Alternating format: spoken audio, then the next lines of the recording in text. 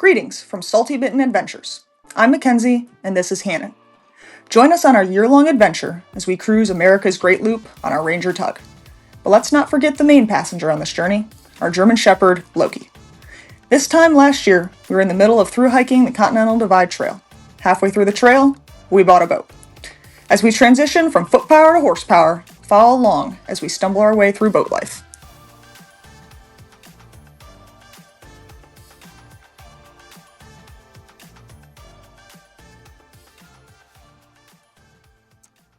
Alright, it's Sunday and we have not left yet. The sun is out, but as you go down the channel and you pop out at the pier head, the waves get to be about 4 feet still, and that is too much that we're willing to do for our 8.5 foot wide boat. So we're going to do a video walkthrough, a little bit more thorough video walkthrough for people who are interested in doing the Great Loop on a smaller boat, or folks who are just interested in purchasing a Ranger Tug. This is a Ranger Tug R27. It is a 2025 model. We will start on the exterior. Forgive our terrible knot jobs or rope jobs. We had 45-mile-an-hour winds coming down this channel the other day, and we wanted to make sure that our boat didn't float down the channel. And also there's no cleat on our side. We had to go to the other side. So I will be careful as I step over this. We're going to go ahead and head to the bow. All right, so the boat has a rack. It's a roof rack, essentially. It starts here, right, and goes to the end. It's identical on the other side. The only thing that comes mounted is going to be that 180 amp hour solar panel. Our solar panel, it does not function that much anymore, and that is because of a personal decision to mount the dinghy up top. But that's okay, because we have 2 additional lithium batteries that are a total of 680 amp hours. All right, you have nice little handholds that go all along here. We have our bike mounted up front, our AGLCA Burgee, which we have yet to don. There's going to be our windlass system right here with our down and up buttons. And then that's going to be the cabinet for the chain to be stored. The boat does come with a bow seat. We have used the bow seat several times, but we have elected to not bring the cushions just because it's just another thing that we have to store on the interior, and we're gonna have our dog with us, so we just don't see ourselves sitting up here while he's, back there. So we are not bringing the cushions for this. As you go ahead and look here, you have the 2 horns for the boat horn. You have the radar right here. It's gonna be your satellite TV stuff. And then this little guy up here, actually, this little Yamaha thing, actually assists in the autopilot feature and links to the engine. Look at our cute little German Shepherd flag. And then, if you're gonna go ahead and take this mast down, you actually just unscrew 3 knobs.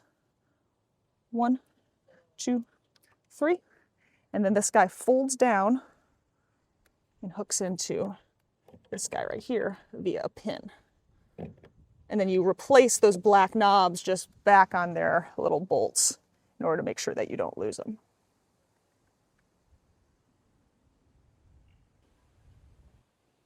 All right, let's talk about the outboard engine. The change from the 2024 model to the 2025 model is they went from a 300 horsepower to a 350 horsepower V6, not V8, V6 Yamaha outboard engine. We're very pleased so far with the engine. We cruise between 28 and 30 miles an hour, which is around 4,700 RPMs to 5,000 RPMs, with a fuel economy of 1.5 miles per gallon. Now, if we go at idle speed, which is about 5.5 to 6 miles per hour, we're getting about 3.6 miles per gallon for our fuel economy.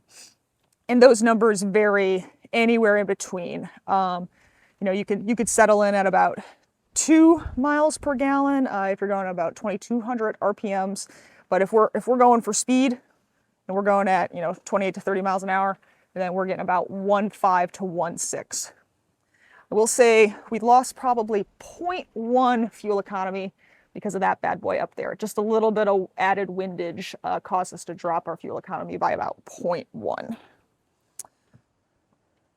And then one other thing that we weren't really aware of, you all might be aware of it, but in the past you'd buy those things called dog ears. You don't actually need that this time with this engine in order to flush out the engine. If you're in salt water and you need to put fresh water in. You actually just unscrew this right here and you hook your garden hose up. And then you run the water through it without even turning the engine on. So that's kind of a neat feature. All right, so let's talk about the cockpit. The cockpit has 3 storage compartments. One on the port, middle, and starboard side. Let's start with the port side. We have our electrical cord, some dock chairs. The lithium batteries are housed back here. Those guys are 340 amp hours each for 680. And that, I'm going to be honest with you, I can't remember if that is the bilge pump battery or the engine battery. But we have a total of 4 batteries on board, 2 lithium, 2 standard. And that one is either the engine or the, I'm sorry, not bilge pump, bow thruster. It's either the engine or the bow thruster battery.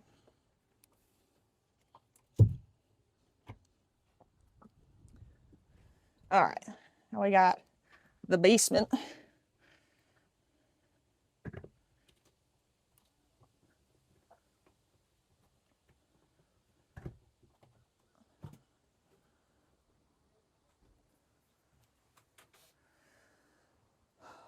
Okay, so we've got our e-propulsion electric Tachycat motor right there. We have some fenders, and we have the Tachycat bag as well.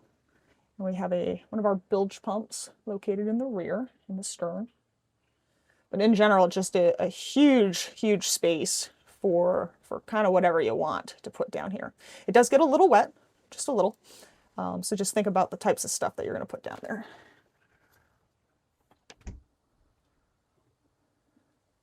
All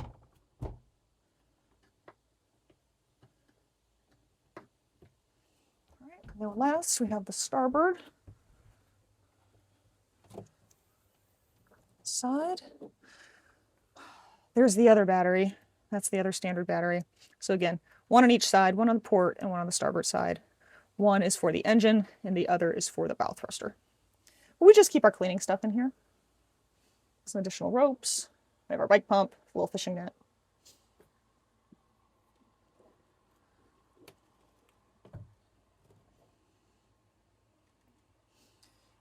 We are using that little cavity area right now for shoe storage, just because shoes can be a bit smelly. But if you take the shoes off, you're gonna see these little holes right here. Those are actually for downrigger balls. So the weighted lead downrigger balls would be stored there if you wanted to. That's very specific for fishing though. Your shore power outlet is actually located right here. This is your 12-volt plug and pad for Scotty downriggers, if you were to invest in those to go fishing. We usually just keep like additional ropes and then cleaning towels under there. The boat comes standard with 2 rod holders, one on the starboard side, one on the port side. We have outfitted the boat with a total of 6 additional rod holders. One here for trolling, 2 up there for storage, and then identical on the other side. All right, this is a seat. Oh my goodness.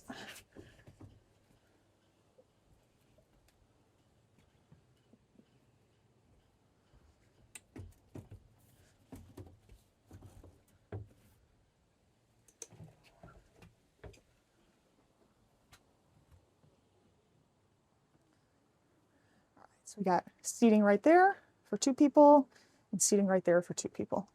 We use them both. Typically, we're probably using this one, but I don't know, in general, kind of both. Very nice to have. Boat comes with covers for them also, if you so desire. Also, these bolsters can slide up, and you can take those off for long-term storage, or if you're primarily using this area for fishing and you don't want to get like hooks accidentally stuck in there or blood on it. So this one will pop off too. Okay, so under here, the boat comes standard with an electric grill. We opted to have a live well put in place, but in the meantime, we're not using either of them. We took the electric grill out. We're not using the live well function, and really we're just putting like adult beverages and waters in there for storage. It does come with an extra little sink off to the side, which works very well. Go ahead and shut that real quick.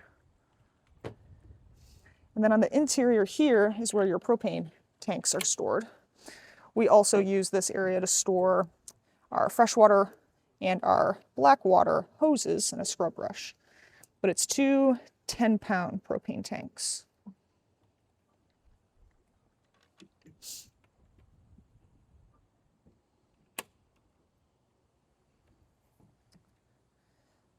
Right here is a external engine mount. So what you could do is, like the e-propulsion motor that we purchased for our dinghy is attached to the dinghy via 2 brackets. The 2 brackets do fit right here, but the engine's pretty long and actually kind of goes all the way down to that back corner and prevents us from utilizing the swim platform for getting on and off the boat. So we're not using it for its intended design. We're keeping the engine just kind of packaged away down in the basement. And in the meantime, I kind of just use this as a handhold. The boat comes with a bunch of pads that we are electing to not use. Anytime you see these little snaps here, that's indicative of a pad location. So we're not using the pad that comes here, not using the pad that you can set here. There's also a pad that goes here. Let's see, is there any other ones? I think that's it for the rear. But let's talk about this little cabinet here. So you can either have a cabinet for additional storage, which we're using for cleaning supplies and fishing equipment, or you can have an additional refrigerator placed in here. We deemed the additional storage was worth more than the refrigerator. So this is the galley. So it's equipped with a 2-burner stove, a larger one and a smaller one. We do find that we really only use 1 burner at a time. You can't really get 2 pots. I mean, you can, but they have to be the right size pot. So we're typically using this side most of the time. You can see some of the scorch marks here, and we're pretty clean on this side. We got the stove also. The stove's pretty cool in that when you press this little black button here, it allows you to lift up and then pull down. So we've got a little casserole dish stored in there, along with a towel just to help with the rattling when we're underway. And then to close it, just fold it up and press down. There we go. Over here, so this is actually a propane fume detector, just a safety feature. So your propane line runs all the way and powers the stove and the burners. But when it's doing good, you're going to see the little green marker right here that says OK. This button right here on the bottom right just cycles through to make sure it's functioning correctly. You press and hold. It's going to do that, and when it comes back to green, you're good to go. Now, right now, you can't actually get the propane to light at the moment, and that's because the valve itself is turned off. You can see where it says valve right there, and it's blank. There's no green button. What you do is you just press this little guy right here on the left. All right, and that opens the valve so that the propane can now flow freely to the stove. I'm just going to go ahead and turn that off. We usually keep it in the off position when we're not using it, just in case. Above the stove, we have a couple racks, as you can see. These are designed for spices and any additional kitchen accoutrements that you have. You can see here we have a towel, some plastic cups, our stainless steel mugs that we use for coffee and other adult beverages, some oil, some spray oil, a little measuring cup here, some koozies. We got some bourbon, got our spray olive oil and salt and pepper, Slap Ya Mama from Louisiana, garlic powder, blackened seasoning, cayenne, and our pot holders. We do keep additional seasoning down here in drawer 3. And that's just kind of stuff that we don't use daily, but we wanted to bring along with us. Extra salt, brown gravy mix, taco seasoning, that types of stuff. Got some Loki medication right there, glucosamine. And then again, here's our sink. We don't really use this cutting board. It's really just a cover. We got our little sponge. We just carry a small thing of Dawn. They're pretty easy. You can get them like at the Dollar Tree.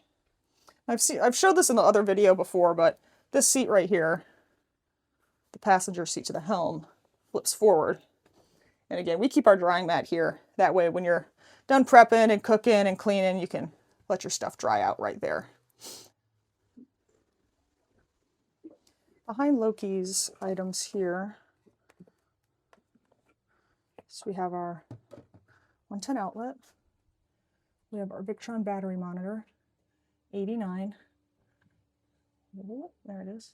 And honestly, the reason we're going down in power is because, one, we're not connected to shore power here, but also the Tachycat is covering the solar panel, about 3/4 of it, and we do not get a trickle charge anymore because of that. So that is something we'll have to monitor moving forward. And then here's our water. So it's in the off position. All right, so we're about 80% good with water. This Ranger Tug comes with 40 gallons of fresh water. All right, now we'll talk about the storage within the galley. So we'll start down here. Remove that again. All right, so we have this cabinet right here that we keep all of our pots in.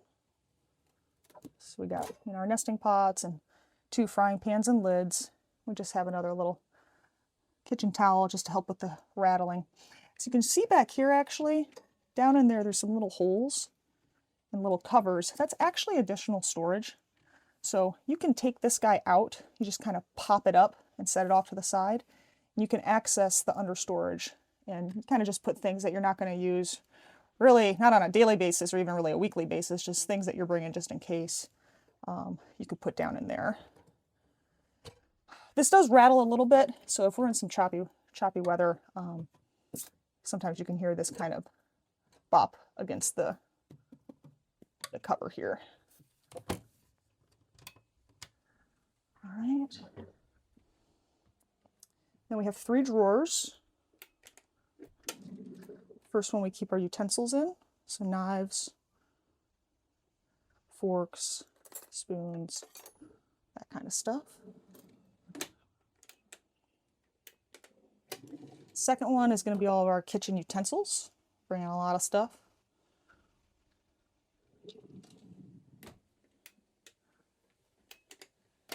Third one's additional seasoning. And then over here, we use this as our pantry. It's full. We have a little toaster too.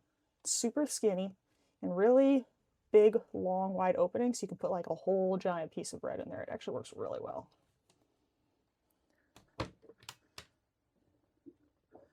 right, and then 2 more to go. And here is just kind of more food storage. It's going to be things like rice and pastas, flour, breadcrumbs, that kind of thing. We also have our bowls there.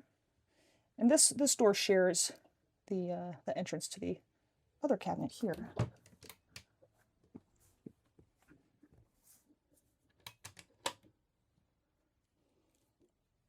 We have our plates and some Tupperware, colander. One thing I would like to highlight here actually is the macerator is that lever right back there, that white one. We actually have that zip tied up top. Legally, you have to have that zip tied unless you are 3 miles offshore and you're going to actually use that feature on the boat.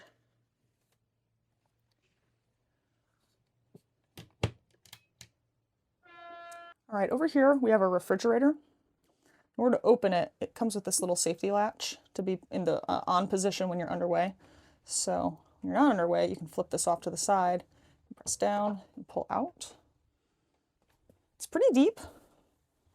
We got a lot of stuff crammed in there. We have a little freezer that is full of salmon that we caught in Lake Michigan, which is awesome. And we also have a microwave on the starboard side over here. It's not lit up, and that's because we're not connected to shore power and I don't have our inverter on. Something interesting about this microwave, it actually has a door lock open feature.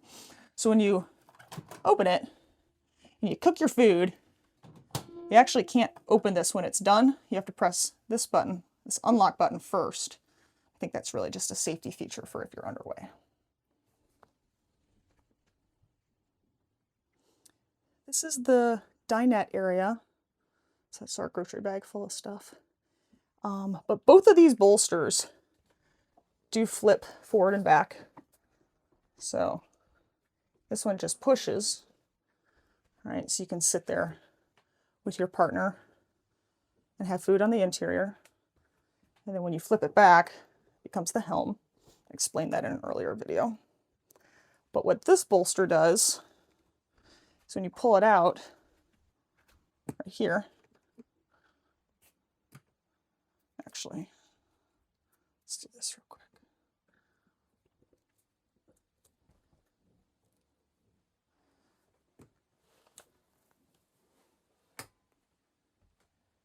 Shifts forward.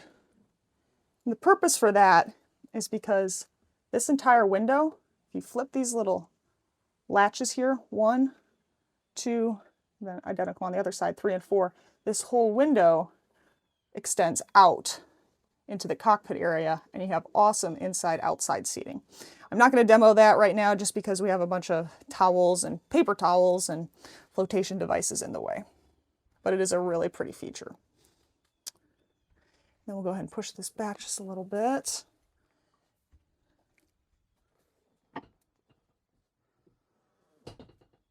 And then this table will flip up.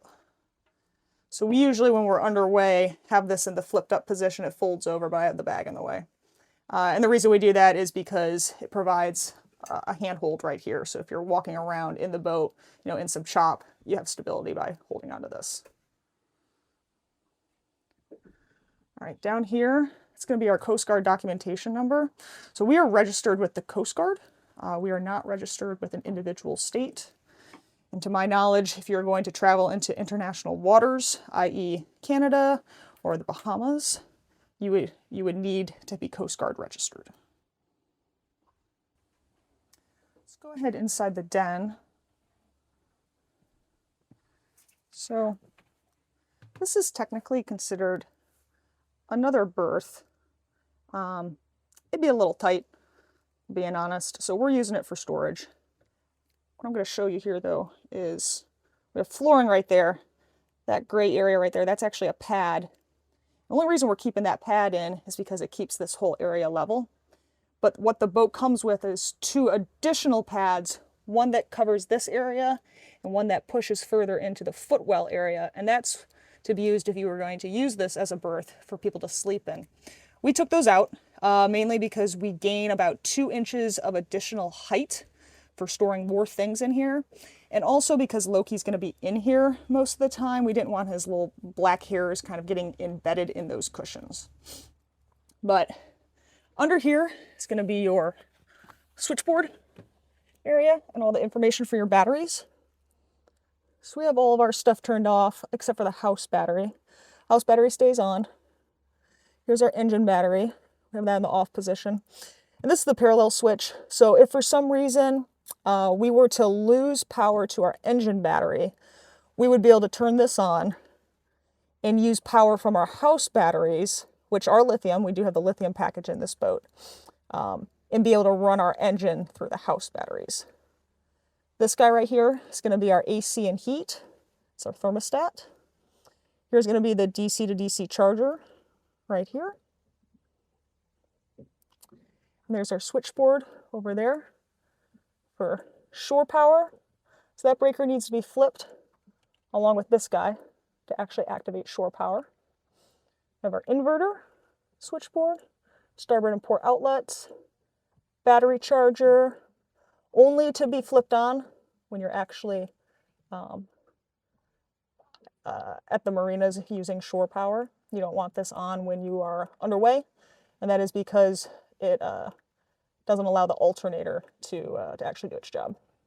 Microwave, grill, water heater, air conditioner, and then 3 accessories. We don't have any additional accessories put on this boat, so we don't ever flip these guys. Yep, and there's the shore power switch there, and the inverter switch right there. And then we have an extra little 12-volt guy right there.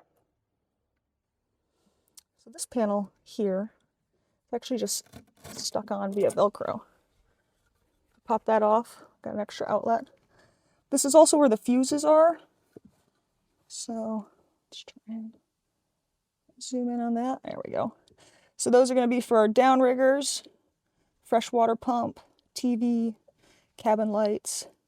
And Ranger Tug has done a good job. They provide a little laminated sheet that's zip tied in there. That way everything's labeled pretty easily if you need to switch out fuses. All right, so let's go ahead and talk about the helm. Let's start over here with these switches. So this guy right here is your nav anchor light. If you go one direction, it's going to give your anchorage white light. If you go the other direction, it's going to turn on your anchorage white light, but also your red and green directional lights as well.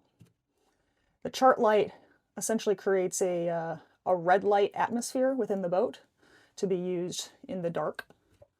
This is our forward bilge, if we need to manually run that. The aft bilge, the bow bilge, macerator. We have not had to use any of these. And then fan doesn't actually do anything. And then this is just an accessory. These are really both accessories for us right now that don't have any function at the moment. All right, this little Yamaha switchboard actually assists in the autopilot function. So heading hold and course hold, track point, and pattern steer. We have not used the pattern steer yet. We do use the track point. You press and hold the track point for a couple seconds, and then that engages the autopilot. And then the course hold and the heading hold are pretty similar. It's just that the course hold, to my understanding, can anticipate current, tide, winds, and adjusts. It makes a more accurate course hold. Heading hold, you may be going in a particular direction, but may start to drift from that direction if you have higher winds or additional current that the boat is experiencing. These degrees, 1 and 5, on the port and the starboard side, that allows you to change your degrees from your heading hold. So if you're going at 63 degrees and you press this 2 times to the right, you'll then go 65 degrees. All right, here's going to be our main Garmin screen here. This has been fabulous. It detects when you have sunrise and sunset and will auto change the background lighting based on the time of day it is. You have your home button here. This allows you to see your different navigation charts, nav, fishing, 3D. We really only use nav and fishing. We have actively used the radar when fishing here because we're getting underway when we go salmon fishing at about 5 in the morning and the sun has not risen, so we are using the radar. We have not had the need to use it for weather. It's really been used to identify other boats that are around us. Then we have our sonar. Sonar's been working pretty good. We use that when we're fishing as well. And they have the combo screen. Right, so like you can do when you're in daylight, got your navigational chart, and then your sonar. You could also do when you're fishing, but it's nighttime, your sonar, your navigational chart. And this will be radar overlaid on it also. The reason you don't actually see the radar being overlaid at the moment is because I didn't turn it on. So if we go to radar, single radar, you can see that the transmit is off. Just go ahead and press that, and you'll see that it's now spinning up. Oh, I could hear it. It's the first time I've heard it. There she goes. All right, so let's go back to home and go to that combo screen. All right, so if you're fishing in the dark, you want to see where your fishes are, your little fishies, and you want your navigation chart overlaid with radar, that's what you get. Let's go ahead and turn that guy off. All right, I heard it turn off. That's pretty cool. All right. Smart mode, we haven't used any of the smart mode features. As far as vessel is concerned, you have the Active Captain, which is an application that you can download to your phone and then utilize a lot of these features via your phone. You can link a Garmin inReach. You can, if you had an external video monitor, you could attach it through here. We do not use this feature or the Verb feature.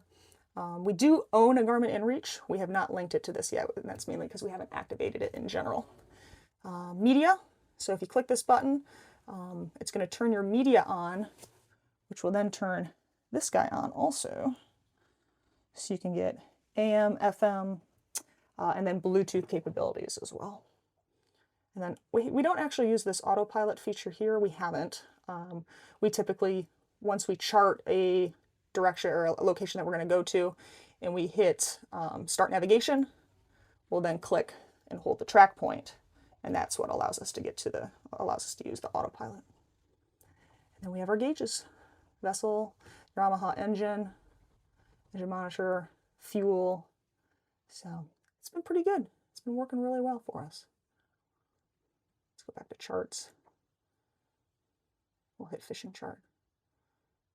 What is interesting, a difference regarding like the navigation chart and the fishing chart, you'd think the navigation chart, if you went to the options, you'd be able to type in a GPS position and navigate to it. But the only way to type in your own GPS position to navigate to it is through the fishing chart. All right, we'll continue here. All right, so we got our horn. Works real well. Windlass, we don't typically use this, mainly because we are a cruising couple. So if one of us is at the helm, the other one is up at the windlass, and they're using the up and down buttons. But you can, if you're an individual, operate your windlass via the helm. And then we have our port and starboard wipers.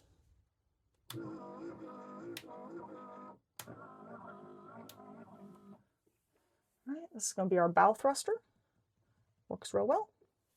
Here's our radio. Here's our throttle. So here's our trim tabs. The boat, when underway and at plane, will sit port side heavy. So that means we are typically only utilizing the starboard side trim tab. So if it's sitting port heavy, I'm going to press this down button, and it lowers that starboard trim tab, which then levels out the boat. This up and down here, that's for bringing your engine up and down. And this button right here is to adjust your speed through buttons and not pressing forward more. What is neat is if you're in the idle position, which is 600 RPM for us, which is about 5.5 miles per hour, you can actually go lower than idle by pressing down, and it's going to operate into like a percentage zone. So it'll go into like 550 RPM, 500 RPM, and then it'll hit 90%, 80%, 70% every time you click down. That does allow us to utilize our engine for trolling. It's probably not the best in that we have been incurring a lot of engine hours, but we do have a 6-year warranty on the Yamaha 350, so it is what it is, and the feature does work very well. We can get this thing trolling at a speed of less than 2 miles per hour if we want to, but we typically troll between 2.4 and 2.8 out here. We have an additional little power source here, USB and C, and then some vents that we have closed at the moment for when we're using the AC or heat. And then this little Yamaha screen currently is black, and that's because I do not have the engine turned on at the moment. What you will see over here, you're going to see your engine coolant, You're going to see the RPMs that you're going at, the knots that you're going at, that sort of information, as well as a fuel gauge. In order to open the windows, you actually pull this little knob back, and then you're able to slide. You can actually close these from the exterior if you want. And then that knob will re-lock in place when you shut it. From the factory, it comes pre-installed with Velcro all around this, along with bug screens that goes on that Velcro. We use those pretty frequently. And you can see we have blinds, or really curtains, that'll cover up this window. And the same thing on this side as well. The boat comes with covers, an external cover for this window, for snaps. Got snaps on the external side. Same thing for this window, for the door, and for this window as well. And then we have curtains on that side and over there. There's 4 skylights that all pop open, but we've put some insulation within the skylight just to help curb down on a bit of the heat that we were experiencing this summer. We did not put insulation on these skinnier forward-facing windows. But also comes with a windshield cover as well. We don't put that on all that often just because we have to crawl up to the front, and it's external and it snaps, but we are carrying it with us. We'll go ahead and head down into the berth. There's a single step.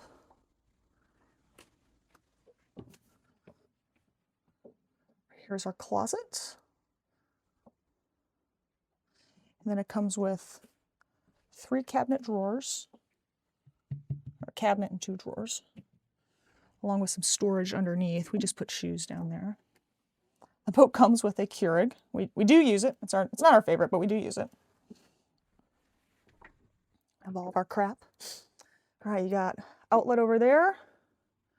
We've got our charger plugged in at the moment to keep the fan charged. And the Keurig is plugged in, as well as the TV. We've outfitted the TV with a Roku. Right, here's the bed. There's 4 lights. 1, 2, 3. I don't have those turned on. And then 4. And then rope lighting that goes around the top. And the switch for that is right here on the starboard side, right before you come in. Here's our bed. There is 3 compartments for storage. I'm not going to show them because it is just a little difficult. You have one of the cushions pops up on the starboard side, a large triangle arrow looking cushion right up at the front pops up, and then this one on the port side pops up also, which is a lot of great storage. They technically all connect, so it's one big like sea of storage, but encompassed by 3 cushions. Cushion here, cushion back there, and a cushion here. The boat comes with a table that would go right down in here. We're obviously not going to use that feature because we're living on our boat for the next year, so we just have that back at our house, not being utilized. But if you were to utilize it, you'd pop this guy off, and you'd be able to get rid of the bedding, and you'd be able to have a table and have folks and entertain down here. The head has great storage, actually. So if you hit this button here,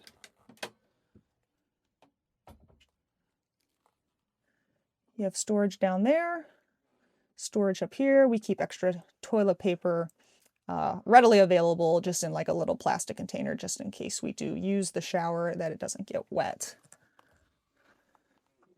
We keep extra toilet paper underneath the bed. We have our sink. Got towels. We have a makeup mirror. We found this at a random grocery store in Florida, and it works great. So we just put our toothpaste and toothbrushes here, and then you can actually put a razor there. And then you got your railing so that things don't slide all over the place. We have our shower caddy, which is great because it keeps everything organized if you are going to use the shower here on the boat. But if you're going to use the shower at the marina, you just pick it up and bring it to the shower at the marina. Outlet here. This is the light for the bathroom.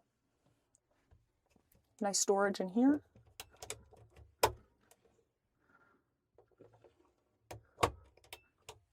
There's our toilet. Works great. And the flusher. And then in order to access the rest of the fuses, you just pop that out. And poof, very neatly organized. Ranger Tug has once again laminated the cheat sheet. That way you know exactly what fuse belongs to what.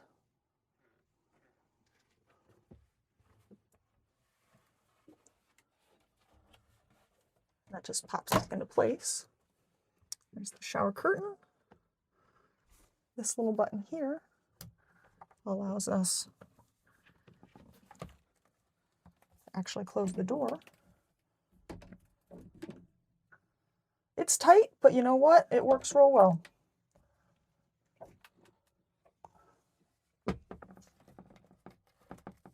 Great video, real close. All right, and the last thing that I didn't actually show is the shower. So that little wand right there, pull up,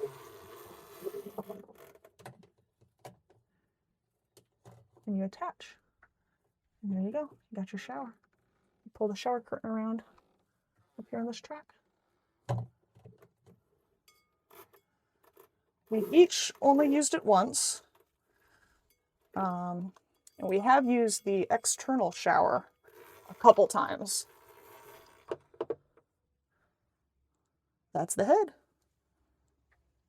Well, that's the Ranger Tug R27. If anyone has any additional questions, feel free to put them in the comment section below. I'm sure I missed a few things, so just let us know if you want to see anything more in depth. Have a good day.